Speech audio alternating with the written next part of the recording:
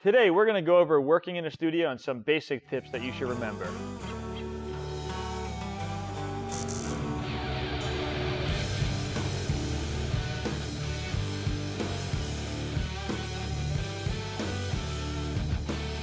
All right, welcome back to Photography After Hours. Cheers. So I'd like to introduce everyone. We still have our guest Larry up from Sedona. How are you? Down, I think. I don't know. Down, up? Something like that, anyway. You're from Sedona. Yeah. We have the lovely Susie and Marie. No. We have the lovely Susie.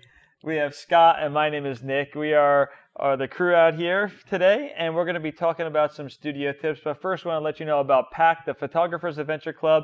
They sponsor us, and they do photo walks, seminars, workshops, all kinds of other cool stuff, photography. So check it out at photoadvclub.com.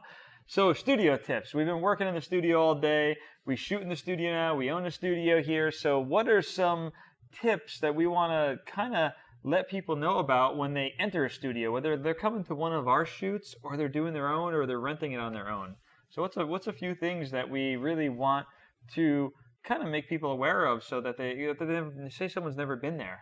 Wow. I think the first one I'm going to just start it, I'm going to pass it to you, because once you come in there, usually the studio is not that bright in there. You're working with modeling lamps, it's dark, there's cables everywhere, so safety is paramount, and you can explain why. Yeah. First and foremost, you gotta know your environment, and you gotta be careful in your environment. You know, in a studio, depending on any given time, there could be all kinds of light stands. There could be equipment strewn out, cables all over the place. Sure. You know, the lights could be turned down. You're not going to necessarily see everything. You know, sometimes things are really in close. It's a cramped quarters, cramped space. And it's really easy just to knock something over. And when you're in a studio, when you're in a studio, there's nothing cheap in a studio. You've got expensive lights, expensive cameras, expensive gear. I mean, even the grip is expensive. Everything is vulnerable, and it can be broken really easily if you're not careful. But not just that, you can hurt yourself too. Sure. I mean, I've seen people trip over the edge of the cyc wall. You can drop stuff on your toes. You can, things can fall on top of you. You got things that are overhead. You've got things that you can walk into that are eye level. You can poke your eyes out with stuff. I mean, a studio is not a place that you need to be. So you should just avoid them altogether. It sounds really Very afraid. No, I think the point is that, people think sometimes these amazing pictures are taken in this just gorgeous, huge studio. Sometimes they're in this little basement studio where it's very, very tight and very, very small. And there are cables, but the shot is all you see is this. Yeah. That's the illusion. Joel Grimes' studio back in Pasadena was this little tiny room, and Tony said he went there and he's like, "This is it. You make all these amazing shots in this." It had low ceilings and everything, and he made the most of the space. I have a studio in Sedona. It's my garage. Yeah, and it's got a 13-foot ceilings, but it's not that big. Now we have this 1,000 square feet here. But today, when we brought in the motorcycle, we started getting 6, 7 lights. So there was not a lot. We bring the model into the scene. There's not a lot of room. Yeah. And so, we're thinking about things like C-stands, and they've got these arms and booms that go up and down, and making sure they're tight. That thing does suddenly come down and go wham on top of your talent or your client or your motorcycle or anything. Or it's easy to be focused on something and just be zeroed in on it, and you go to walk across something and not realize that there's the boom is in the way, or you're tripping over something, or trip over the tether cable and drag the camera off or the laptop where you're tethered to a computer, and all of a sudden that thing's coming down. There goes sandbags 3,000. are your friend. Weight everything down. They're like $3, and you fill them up with $2 worth of sand. Yeah, and I have extras. You can't have enough of those things around there, and I always tell everybody that comes in for portraits or any models, we're just saying, okay, here's things. Don't be very careful, because the models might be going out and changing. Yeah, that's the other thing. Models, they're not photographers. No. And they don't, so that's another thing, is you got to kind of educate your models and educate your clients when they walk in, and let them know that, hey, this is a working space. Yeah. You know, Well, and there's so power you need, running, you know, right? There's a lot happening in this tiny little space, and you have to be aware of it. Well, So like I said, they're going in and out. They might be going to a changing room, and there's a cable across. I try to tape it or throw a little carpet over it so that they aren't going to, but they can still catch their toe on that little bump, and then maybe they go down, and all of a sudden you got a bloody mud. That's not pretty, We don't want any of that going on. Halloween shoot now. Gaffer's Well, it's tape very is different. good. It's very different from the business I ran for 20 years, and you were in the band business before. I was in the entertainment DJ business, and we taped everything down religiously. There wasn't a wire that was taped down. Bands don't do that as much. They throw some rugs down, if anything, and it's usually a mess. Like I was very It depends. very anal about all the wires. Everything had to be neat and cleaned up and taped at right angles. Here in the studio, you really can't do that. I tried to do that at first when we were doing these model shoots and stuff, and then you need to move a light to get a better angle, and it's like, I'm stuck.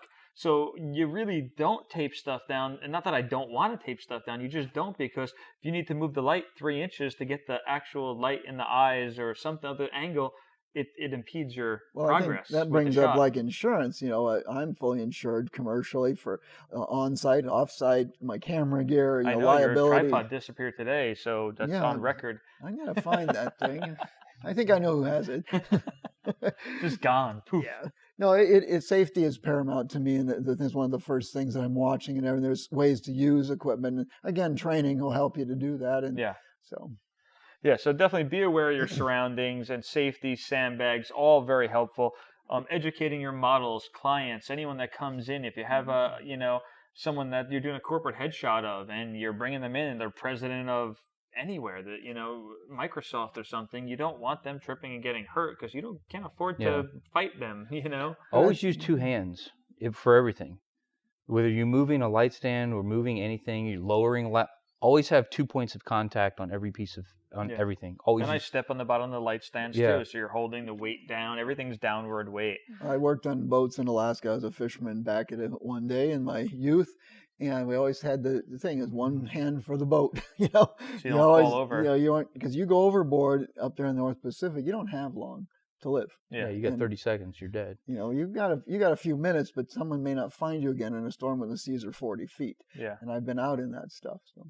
Another tip might be to set up before everybody gets there. So take the time in advance to get everything out. Make sure that it's all in working order. You're not trying to troubleshoot things. You're not trying to set up and get lights and everything in position and get your basics in order when you have people standing there waiting or moving people around at the same time as equipment. Sure, I would do that even when I had my studio at my house before we bought this studio, that I would go and set everything up and do test shots the night before to make sure everything was good. When the model would show up, I'd flip the lights on, do a test shot with them. I'd have to pull the rest of the paper out because I couldn't get that nice sweep by myself. So I'd say, hey, can you help me? And I had 2 people drag it out, tape it down. There was very minimal amounts of stuff to do after the client or model got there, because it was just boom, everything was in place. There was tweaks, tweak it a little bit. I think you have to have also backups, like just backups to your bulbs for your strobes and your modeling lamps or anything you're using. Sure. There's some things you can't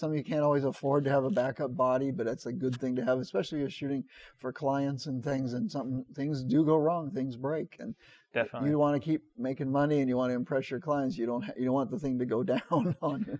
Sure. Yeah. One of the big things going from landscape photography into studio photography and model photography, stuff like that I have found as a huge tool is tethering from your camera into a laptop or any other device. There's multiple ways to do it. We work with Tether Tools, who's right down the hall here, and they have tables and wires and everything that you could tether right in very easily. We also have used Cam Rangers that you can wirelessly tether in.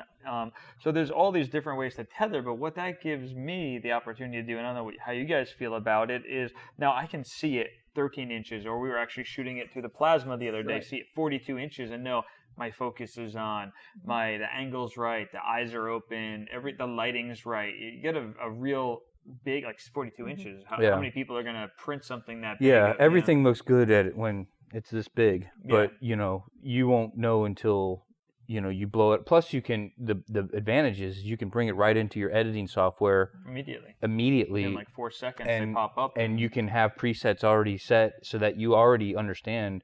If you've got it captured you know. Exactly. Well, the workshop I was running, okay. is I was having people at the very end shooting at f4, which when they're shooting from me to you, is the depth of field is very shallow. Yeah. And some of them were leaning in even closer to get up to the model. And literally the model turned their head a little bit where they're focusing on this side, and this side would start to go out of focus. So you couldn't always see that right here, Sure. even if you're using a loop and looking. But you come up on the plasma, and we're going to bring a 24-inch iMac instead of the 13-inch laptop, which I normally use to shoot the next commercial shoot. So we have these images this big just for that reason, because you're getting paid very well to craft an image for somebody and create a brand, and you got to make sure you've got it that day, because it's very expensive to redo again. Exactly. So You're bringing all these elements together: model, bike, studio rental, all this Makeup, stuff, and hair. makeup, hair. And now if it flops, you got to pay for it all over again out of pocket. Yep. The client doesn't care that you didn't get it right. They just want to know, hey, you said you'd deliver.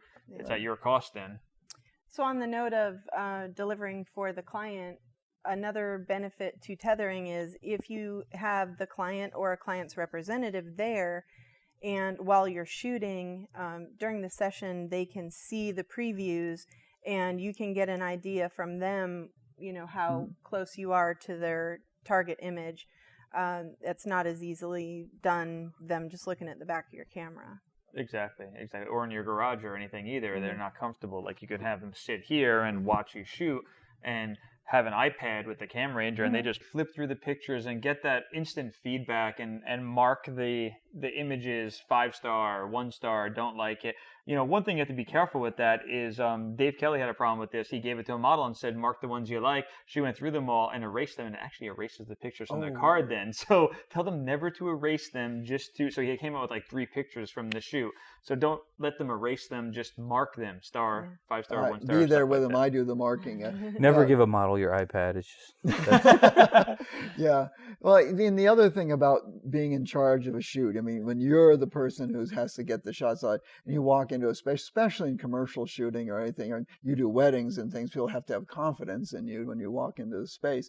You have to own that space. You walk. It doesn't mean egotistical or anything. It just means that confidence that they know, you know what you're doing. You're walking in, you aren't just going, well, I don't know how to see, does that light go over there? Where's the plugs? You know, you already walk in, you bam, bang, bang, you're going.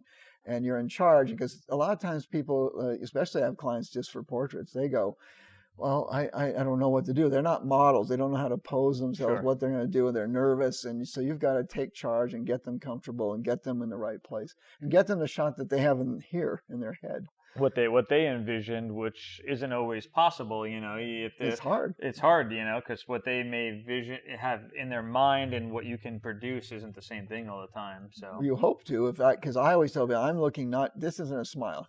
Yeah. You know, I want to see the energy come out, like Exactly. like a Peter Hurley talking about getting those people's energy up, you know, and getting squinch. Yeah, so the squinch. Very cool. So what other studio tips for someone that's in a working studio? I know a big one for you said is like proper footwear. You know, you want to have something with like rubber soles, closed-toed shoes, stuff like that. Not flip-flops, trip-flops as we call them and stuff. Well, I mean, yeah, 'cause, I mean, the thing about the closed-toe shoes, I mean, like I said, there's a lot of heavy equipment. Everything's on wheels, or a lot of stuff is on wheels. You're moving stuff around. You know, I mean, it's just really. We only have 2 things on wheels. No, we got lots of things on wheels. We're gonna have more on wheels eventually. But you know, moving things around. Yeah. You know, like I said, this is a working environment, and so it's really easy to drop something on your foot. But you know, even like just.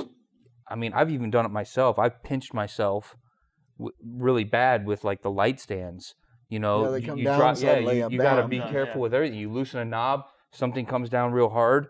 You know, you pinch your fingers in there. Blood bubble. Well, you get the little blood bubbles in there. We got this big boom. That thing's got to be 10 plus feet. That boom is a beast to even though it's counterweighted, you still get your arm on it, and you're ready for it. Exactly. Yeah, exactly. And so things like that. But I mean, you know, going back to also your point. Or one of your points about being prepared for the shoot. And, you know, I think that, you know, coming in and doing a lot of test shooting, you know, if you notice, well, you guys can't see it, but you'll see like little pieces of tape that we have all over the floor.